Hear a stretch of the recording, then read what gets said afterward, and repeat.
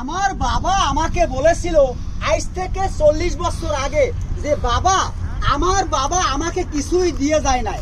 ঠিক আমার বাবাও কলম আমাকে কিছুই দিয়ে যায় নাই। তার মানে হচ্ছে এটাই যে আমার দাদা আমার বাবা এরা কলম সৎ ছিল, টাকা পয়সার বেশি একটা মালিক ছিল না, অল্প আয় রুজগার করিয়া আল্লাহর কাছে লাখ লাখ শুকরিয়া আদায় করছে। অনেক ভাই ও বন্ধুরা আছে কোটি কোটি টাকার মালিক, টাকায় টাকা আনে। আসলে আমরা যারা অসহায় গরিব মানুষ আছি, আমরা দিনমজুরি আছি, আমরা কোনো না খেয়ে থাকি। আপনি চিন্তা করবেন এই পৃথিবীর এই দুনিয়ার সুখ শান্তি ক্ষণিকের জন্য হঠাৎ করে আপনি আমি চলে যাব না ফেরার দেশে। মহান আল্লাহ পাক রব্বিল আলামিনের কাছে কঠিন হিসাব দিতে হবে। 500 বছর আগে আমরা যারা গরিব অসহায় আছি আমরা কোনো জান্নাতে যাব।